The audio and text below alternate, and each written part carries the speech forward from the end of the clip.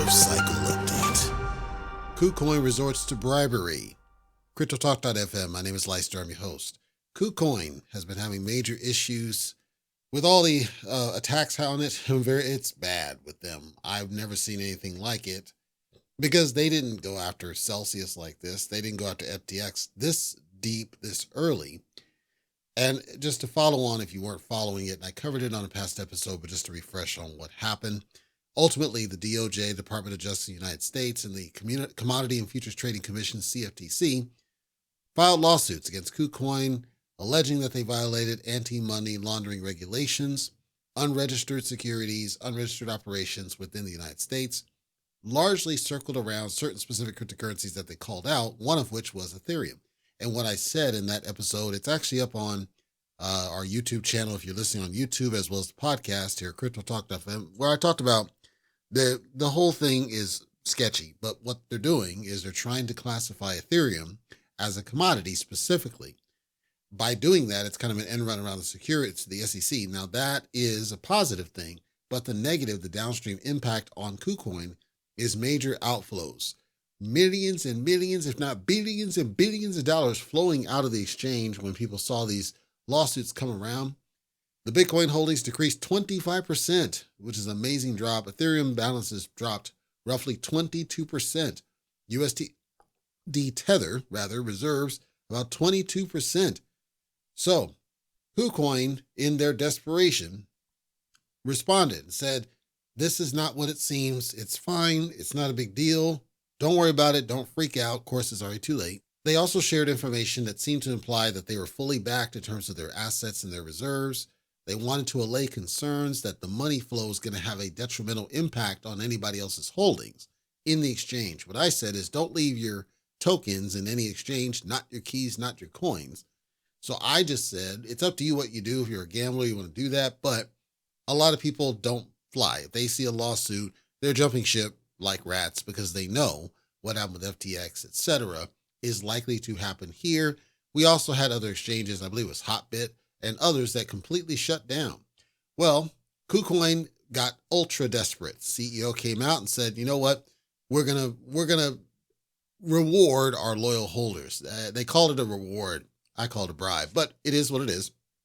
They announced an $8.9 million airdrop of its KCS token, its native token, and some Bitcoin to all users. It's designed to compensate users who had issues withdrawing during a very specific period.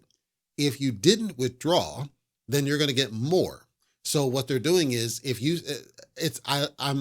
I'm intrigued and I'm fascinated with the approach, but essentially, if you chose to withdraw in a certain period of time and you couldn't, so March 26th to March 28th, that's last week, or just prior last week, if you couldn't withdraw that finite period of time, you had issues, delays, whatever, as you were trying to FOMO out, you'll get a little bit of an airdrop as a thanks and an appreciation for the fact you had issues trying to get out. If you didn't try to withdraw, allegedly you're going to get more airdropped for your loyalty, is what they said. Quote, I understand the importance of user trust and satisfaction. To express our gratitude for your loyalty and patience during the withdrawal congestion, so during the issue people were FOMOing out, we understand it was an issue, is what he's saying. We're launching this airdrop plan as promised. I'm going to give a couple forewarnings with this business. It's an airdrop, so you need to understand any sort of tax implications with respect to an airdrop. Number two, I think it's kind of interesting that they're doing that. I'm not being critical of them. At least they're trying to do something. But I am kind of disappointed. I even said, I said, don't leave your stuff in the crypto, exchange, but also don't just react. I think what's happening is an attack on cryptocurrency in general. Like I said, they're all under attack. They all are getting beat up in some way. Kraken got beat up. Coinbase got beat up. KuCoin now.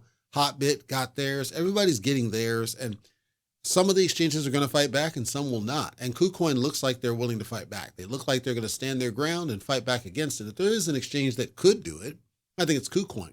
What am I saying? I'm saying that if they're successful in pushing back on this, it might actually cause a run on the KCS token if you did get the airdrops on that. So if you are in KuCoin and you stuck around and you said you're just going to stick at the distance, keep an eye out. There may be an airdrop coming your way. I can't say. I didn't check mine because I don't have any tokens in there, and I'm assuming they only airdropped to active accounts that had certain balances. I'm going to look a little deeper, and then I'll do a follow-on update about what I see. But that's what's happening with poor KuCoin.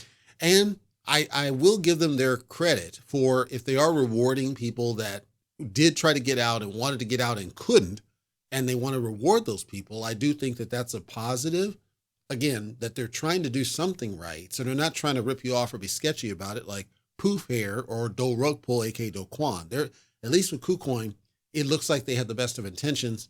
So I'm going to be watching this one eagerly, because if KuCoin can pull this out and they can last the distance, unlike some of these other sketchy businesses that people got in, they'll have earned my respect. So I'm watching you guys. I'm watching.